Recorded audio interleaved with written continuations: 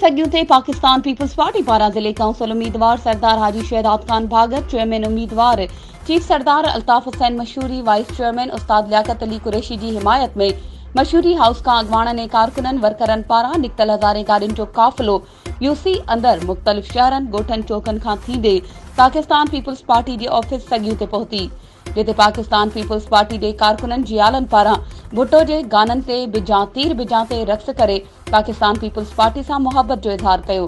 कारकुननि जियालन पारां जीए भुट्टो जा जज़्बाती नारा हणी चयो त 26 जून ते तीर ते ठपा हणी इहो साबित कंदासीं सॻियूं जो अवाम पाकिस्तान पीपल्स पार्टी सां मुहबत करे थो।